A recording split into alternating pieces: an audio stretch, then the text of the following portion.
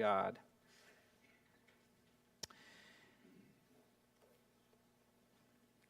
A Gallup poll from May of just last year, so May of 2024, asked for people's thoughts regarding creation and evolution. And according to that poll, 37% of people believed God created humans in our current form. In other words, not an evolutionary process, but God created us in our current form. 34% then said that they believed that humans evolved, but it was guided by God. 24% said they believed humans evolved and God had no part in it, and 5% had no opinion on that.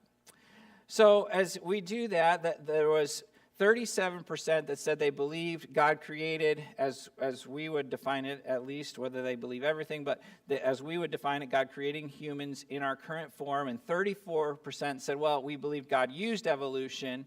At least 71% believe God is part of the equation somehow, okay? Now, I don't know exactly how accurate all the polls are that you see out there, all right? But it gives us some indication that there are at least some who do, a lot that believe God was at least part of the process. At the same time, there are a lot of people who do not fully believe the biblical account of creation as we found here in Genesis.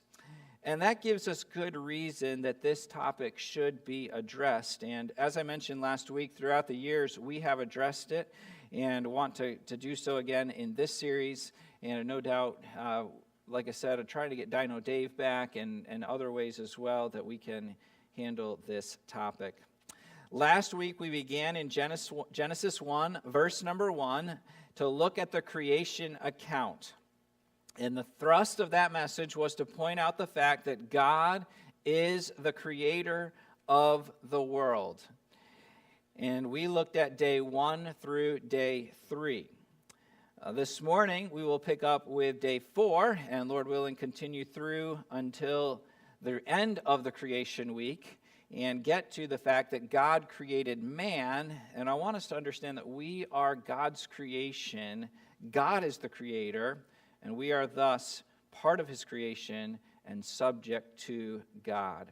Now, as a reminder, I believe that God created this world in 6 literal 24-hour days apart from any evolutionary process. I do not believe there were millions or billions of years in order for the world and the things in the world to evolve and come into be, but God spoke them into existence. Now, as I said last week, this is not a huge scientific study, but we are presenting what did happen here and then looking at the world that God has created a little bit.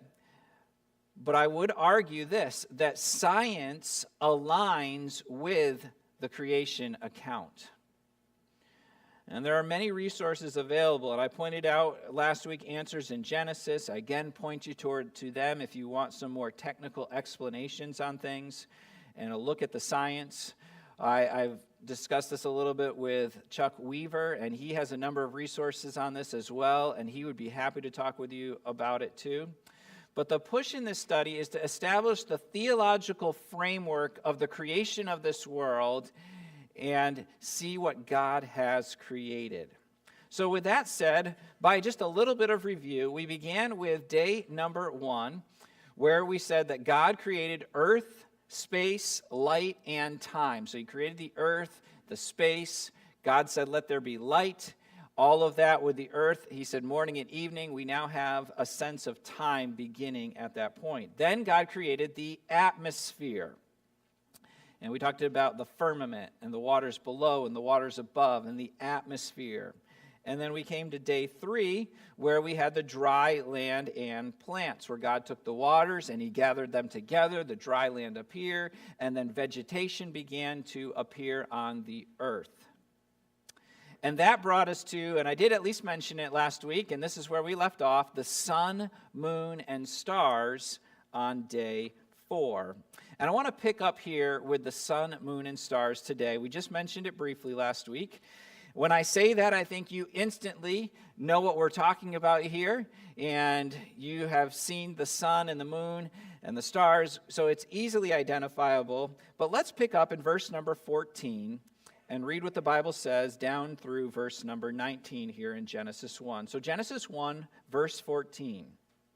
And God said, "Let there be lights in the firmament of the heaven to divide the day from the night, and let them be for signs and for seasons and for days and years." Take note of that. "And let them be for lights in the firmament of the heaven to give light upon the earth. And it was so. And God made two great lights, the greater light to rule the day, and the lesser light to rule the night. He made the stars also. And God set them in the firmament of the heaven to give light upon the earth, and to rule over the day and over the night, and to divide the light from the darkness. And God saw that it was good. And the evening and the morning were the fourth day." Last week I talked about the pattern of how this would go. God would speak and so forth and so on. We see that pattern once again. And here we have the creation of the celestial beings, we could say, the sun, moon, and stars in particular here. And again, as we read these verses, we easily understand this. We know we can go out, and it's not too visible right now today. I was hopeful that it'd be a nice sunny day, and I could point to the sun, and you could understand, but you've seen the sunny days. We know we can see the sun. We also know we shouldn't look directly at it for any length of time because it can be harmful to our eyes. We can enjoy the beauty of a full moon. A couple years ago, I was able to capture this over the church. I pulled out of the church and took off, and I saw that and said, I got to capture that, and whirled back and took that picture of the moon coming right up over top of the church there. And we understand the beauty of the moon. We also can enjoy a sky full of stars, in particular, if you are in a place that allows for you to see them clearly, a good dark place, on a clear night. And I'm sure you have had that opportunity to look up and see the stars just literally scattered throughout the entire sky. Now, we understand from what we studied last week that God created the heavens and the earth. He made the firmament, or the expanse, when he separated the waters from the waters, and now he places these lights into that firmament, into that expanse. And essentially, that would really be anywhere from the waters on the earth to the waters that we talked about way out there. These are where they're placed. And we are told here that the purpose is to divide day or night, as well as be a sign for seasons, for days, and for years. Now, I mention that because I'll get to that in a minute. God put time into motion right from the beginning, but now we have a further understanding of God's design here. There's a dual purpose of these beings, these celestial beings. The obvious one is found in verse 15, where it talks about it is to bring light to the earth. But the additional reason is that it sets up seasons, days, and years. Now, a day is when the earth spins around one time, right? And we understand that the earth is spinning. Thankfully, gravity is keeping us from flying off of the earth, and so we're not in any jeopardy of being flung into outer space. But as the earth goes around, we understand that is a 24-hour period, and we have day and night. We consider it one day. Depending on where you live on the earth, you have a certain amount of hours of daylight, and the remainder of the hours, as you are turned away from the sun, it is nighttime. Now, a year is when the earth goes all the way around the sun, one revolution around the sun, And I brought this out last week, but that is 365 and 1/4 days, okay, right? 365 and 1/4 days to go all the way around. And then there are seasons. And that has to do with the fact that the earth is tilted on its axis of 23.5 degrees. Now, we are in winter right now here in New York. We have the threat of snow. We clearly understand 4 seasons here in New York, and we know right now it is cold. They're talking about some very cold weather this week, as a matter of fact.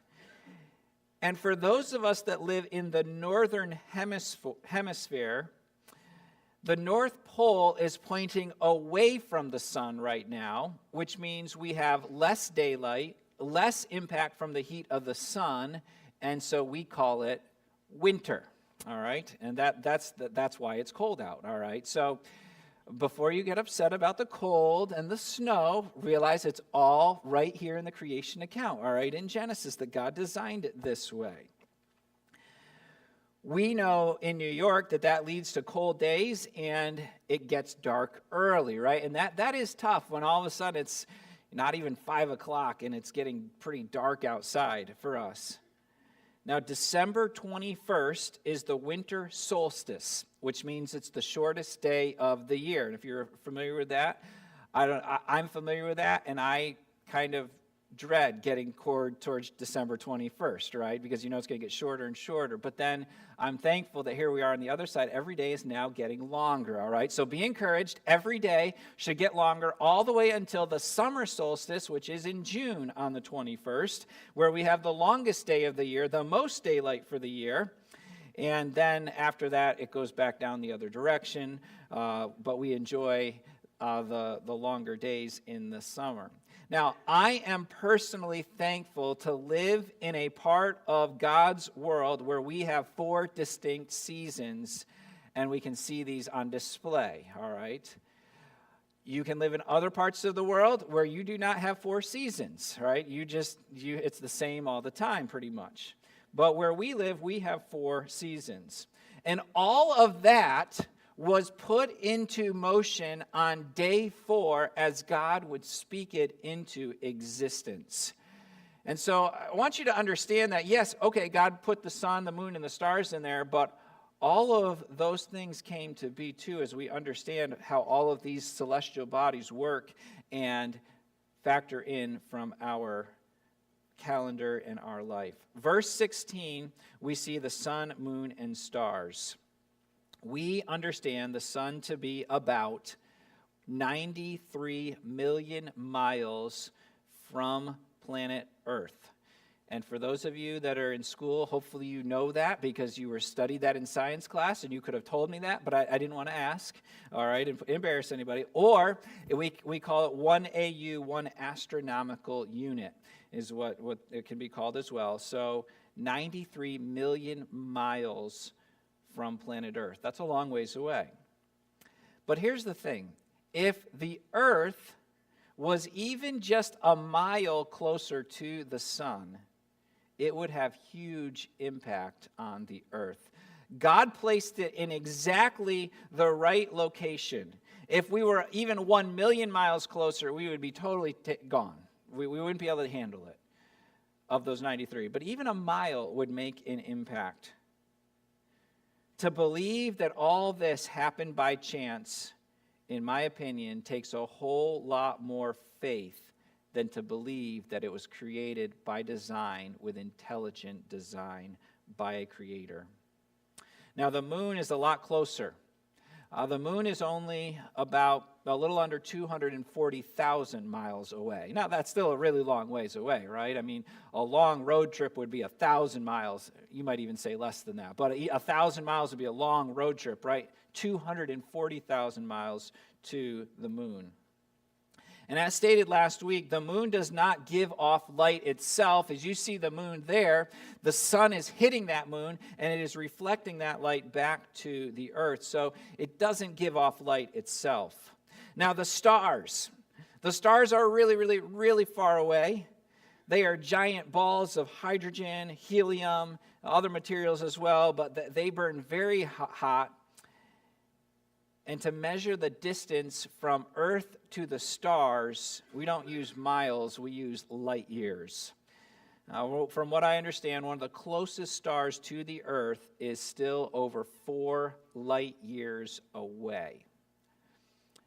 Now, I said last week, light travels at 186,000 miles per second, okay? Just to give you an idea.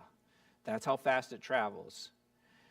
So, if we could, that close star, all right, that's the close one, 4 light years away. If we could, so to speak, flip on the switch that turns that star on, okay? This is hypothetical, but just so you understand this. If we could go today and flip that switch on, that means it would take over 4 years until we would actually see that light as it would come here. That's how far it would have to travel, 4 years. So the stars are out there. They're a long ways away, but God put all of them into place. And so we have the design of our solar system, our universe, all put into place. And I do believe that God, when God spoke all these into place, it would include planets, any of the celestial bodies, they all came into place on this day.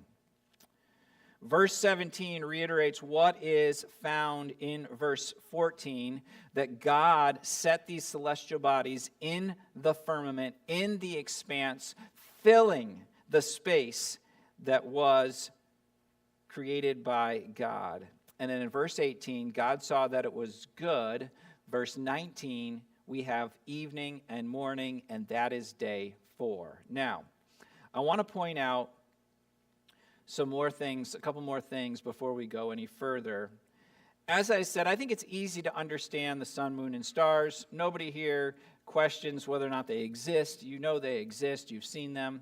However, over time, as we have come to better understand the size of this creation and this universe, it is truly amazing. As we have built bigger telescopes and gained further information, we have determined that the universe we live in is absolutely gigantic. Consider this image. You can find images like this in science books or online. And I'm going to warn you, what I'm about to share with you is going to make you feel really, really small here, okay? Really small for just a second. I don't have an exact scale for you here, but we just put that up there to give you an idea. And, you know, we think, generally when we look at something like that, we think, well, that light in the middle, that's us, right, with all the world around us. So we just have a tendency to think, you know, put us in the middle of everything. But as I understand it, somewhere in one of those bands, somewhat out from the middle of there is the sun, somewhere there, all right? And I don't know the exact scale, but if I were to take a pencil and put a dot on that screen there today, that might be too big of a scale to show you where the sun is out there on this scale, all right? But so the sun would just be a dot. Planet Earth would be even smaller than that, okay? I mean, if we took the end of a pin or a needle and I could just put the very end of it on there and poke just a tiny, tiny hole, I think that might even be too big to put planet Earth on there, okay? Just to give you some idea of the scale of what we are talking about. By the way, I read that the Milky Way, if I understand this correctly, the Milky Way is 100,000 light years in size, okay? 100,000 light years. Somebody put it this way to help the young people maybe understand, or all of us, but if you were sending a text message from one side of the Milky Way to the other side, your friend was on the other side of the Milky Way, and the text message could travel at the speed of light at 186,000 miles per second, you would send your text message, hit send, and it would take 100,000 years to go all the way there, okay? And you young people send lots of text messages, right? So, you know, you start out with hi, or how are you? You know, just quick before you even get to the point, right? And if they responded, it would take, if it traveled at the speed of light all the way back across the Milky Way, it'd take another 100,000 years to come back. So it's huge, all right? It's massive. So the sun would be, you know, just a dot on there. The earth would be even smaller than that.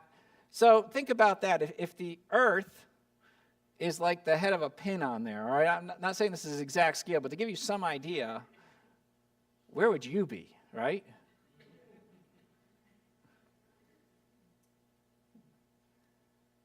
you and I exist on planet Earth, and I don't know about you, but I think planet Earth is pretty big, all right, in my opinion. And you go up into the Adirondacks, and you see all the mountains, and you go other places in the world, and you look across the ocean, you think, that's huge, right? And even just looking at an ocean or looking at the mountains in New York, you might think, wow, I'm really little, okay?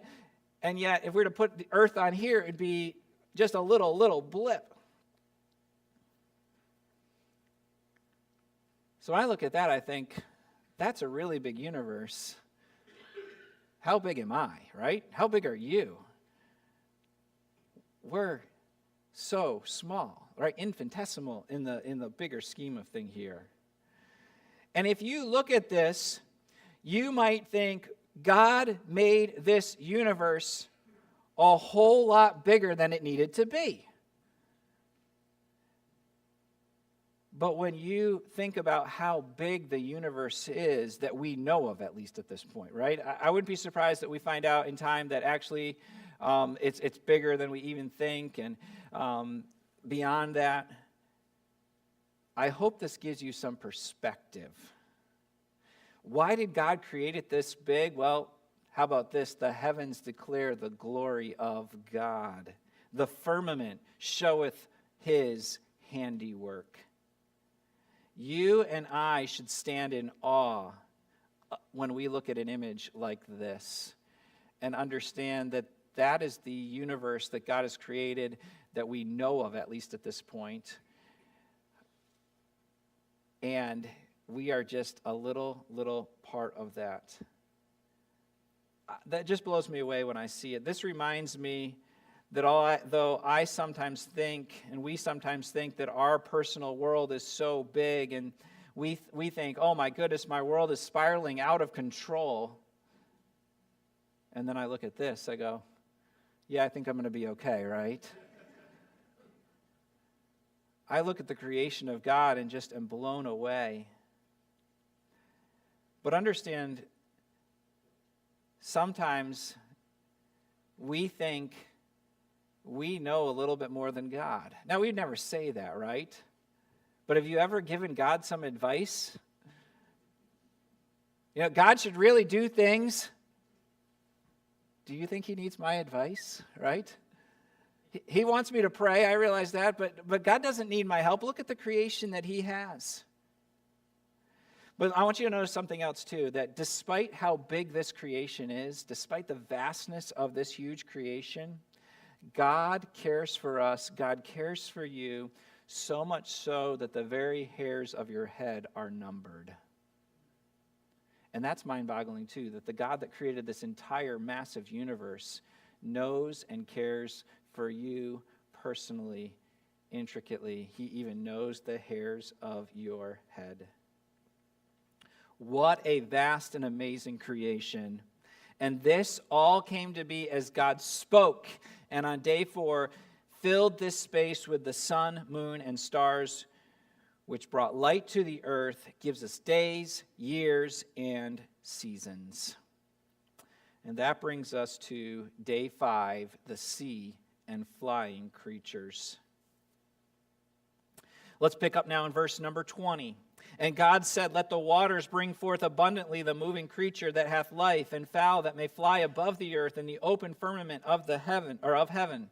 And God created great whales and every living creature that moveth, which the waters brought forth abundantly after their kind, and every winged fowl after his kind. And God saw that it was good. And God blessed them, saying, be fruitful and multiply, fill the waters and the seas, and let the fowl multiply in the earth. And the evening and the morning were the 5th day. The world is taking shape. God's creation is coming together, and now it is time to put the creatures into the earth. The celestial bodies have gone in. Now we put creatures on the earth, and we begin with the sea and flying creatures. And that means that in the sea, from little, tiny fish to great, large ones, the sea came alive with life. Additionally, God spoke, and flying creatures came into existence. And the Bible says they were made after their kind, a reminder that they did not evolve over time into the state, but they were created as flying creatures that would multiply on the earth. They were created as fish that would be able to reproduce and produce other fish in the seas. For those of you that have a bird feeder in your yard, you may enjoy watching the birds fly in, land, and have something to eat at your bird feeder. Some of you may be really into it and will go get out the bird book when you don't know what kind of bird that was and go flipping through. My mom had one of those. Can't say I was super into it. Hope she doesn't listen to this, but she had one of those. And we would sometimes look at the birds that would come to our bird feeder. You have probably gone outside at some point and heard the beautiful singing of a bird there in the tree or in the bushes, in particular in the early mornings. And it displays the creation of God. For the fishermen, for those that enjoy seafood, God created the sea creatures to display his handiwork.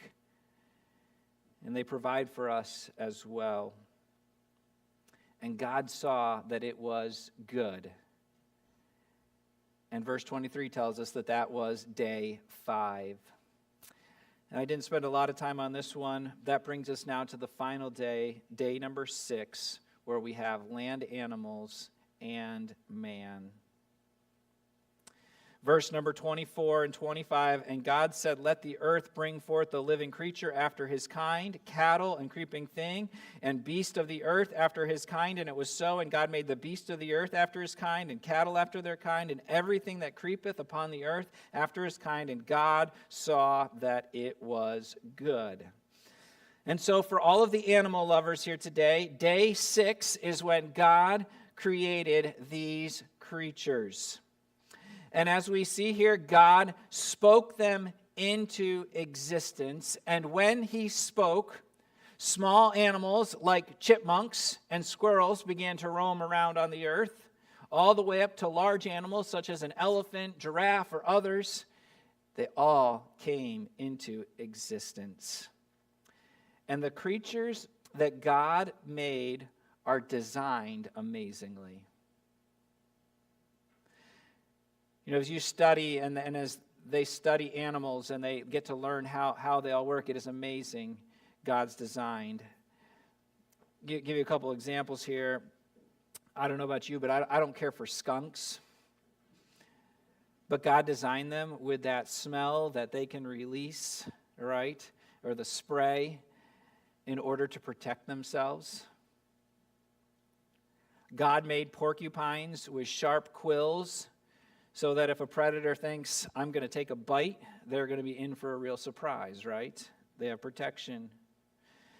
God made lions and bears with brute force to defend themselves. You know, we've seen pictures of the claws of a bear, and certainly you would not want to be anywhere near that, but they can defend themselves. Some animals have speed. Some animals have the ability to camouflage themselves so as to not be seen. And at times, some animals can be a nuisance to us, even though that is true. The animal kingdom is really a blessing to mankind. Some of you enjoy animals as pets. Probably dogs and cats would be the most common pets. And these are God's creatures. And I believe, as such, we should be wise in how we handle the animal kingdom. Now, I will tell you a little secret of mine, although in my home this is not secret, okay? And I am not a pet person, all right? We do not have pets. I hope you're not offended by this, but I have no interest in having any pets in my house, period, okay? You can disagree with that. That's okay, all right? That's not Bible, all right? But that said, despite that, I think that we as humans should handle the animal kingdom with an understanding that these are God's creatures and they should be handled with care. I don't believe we should mistreat animals just for the sport of it. I think that it is a good thing that we have hunting rules and laws in order to protect and preserve the animal population. Now, maybe some of those rules are a bit far out there, but the idea that we would protect the population and protect those animals is a good thing, although I realize that can get taken too far in some cases. We're not going to go any further with that. I think it is a good thing that we have people who are animal lovers and will rehabilitate animals that have been hurt and get them back into their natural habitat. But notice in verse 24 and 25 that it talks about the fact that animals are made after their kind. We talked about these with trees, with plants as well, but God designed animals so they would reproduce after their own kind. In other words, simply put, rabbits reproduce rabbits, and we know they can multiply rather quickly. Horses reproduce horses. Cats reproduce cats. Again, we have established here right from the beginning that God created those animals to reproduce after their own kind. It isn't that they slowly evolved from an amoeba to a squirrel to a dog and then a bear with a whole lot of stuff in between there. No, God designed them to reproduce after themselves. And then one of the questions that people have is, well, what about dinosaurs? What about dinosaurs? Well, let me tell you, I believe that God created dinosaurs on day 6 along with all of the other animals. When people think of dinosaurs, we often think about or hear that, oh, they roamed the earth millions of years ago and just had free roam and were terrors on the earth. And I just simply don't believe that. What we do understand, and people think, want to paint them as these terrifying creatures that went around destroying each other. They were bloodthirsty creatures.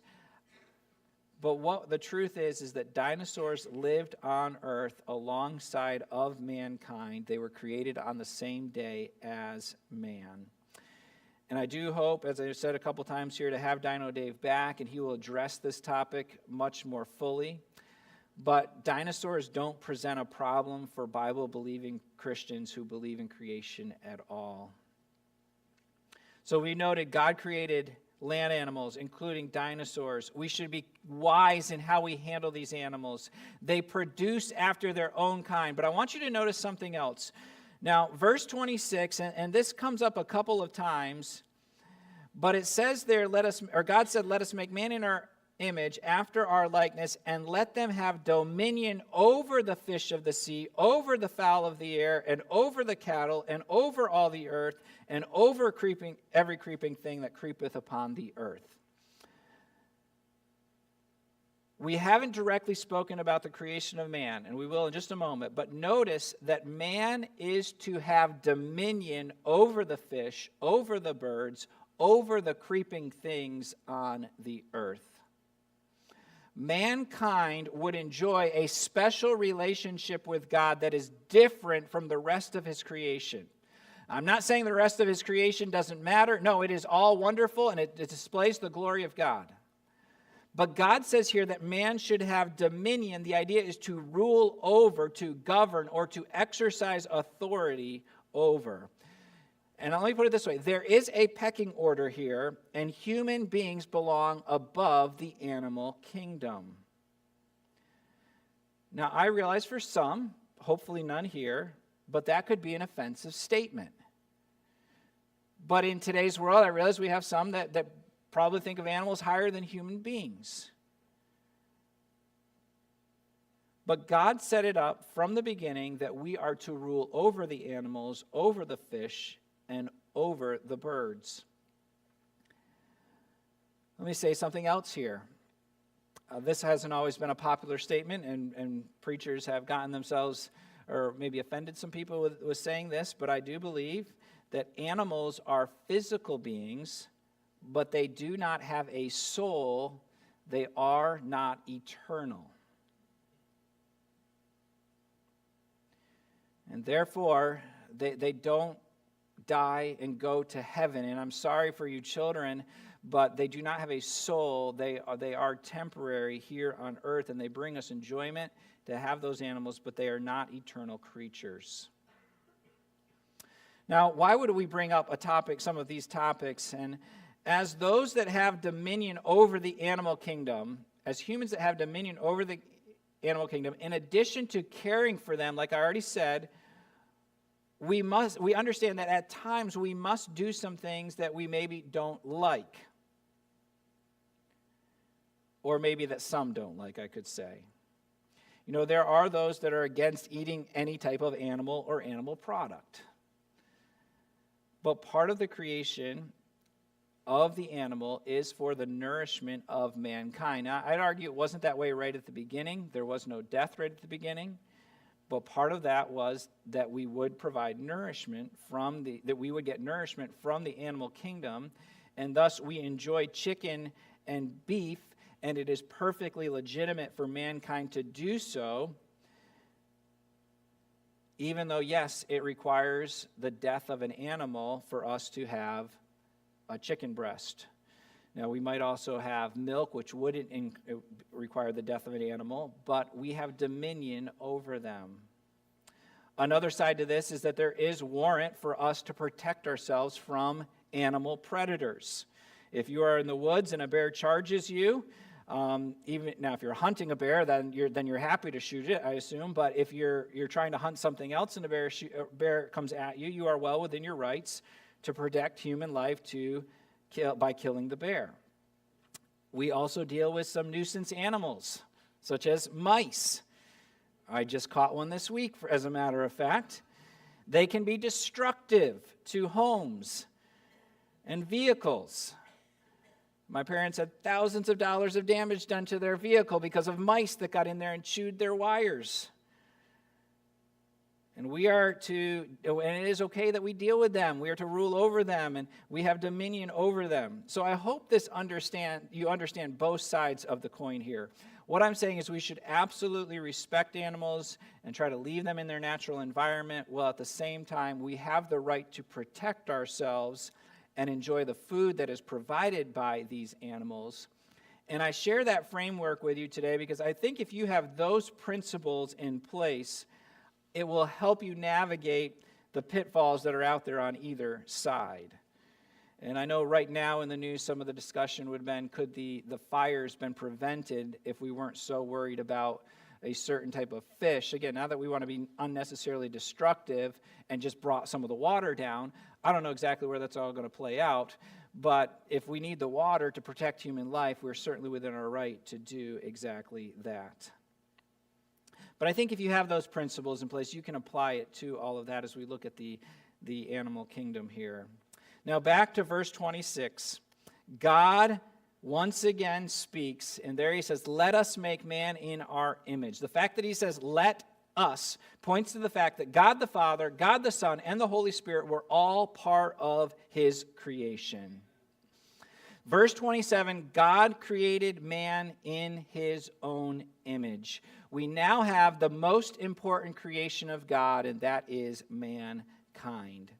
Having made the earth and space, the atmosphere, the sun, the moon, and stars that go into the atmosphere, having created the dry land and filling it with vegetation, having created a sea and filled it with creatures, and then putting creatures on the land, God made man. We know him as Adam. Additionally, and we don't have it here in chapter 1, but we have it in the following chapter, God made a woman, Eve. By the way, I believe they were both created on day 6. Chapter 2 will explain what happened here a little bit further, but they were created on day 6. So I want to point out a few things, but then I want to come back to this conversation on the creation of Adam and Eve in more detail in the next time we are together on this. But let me point out a few things. Notice that it says God created man in his own image. What does that mean?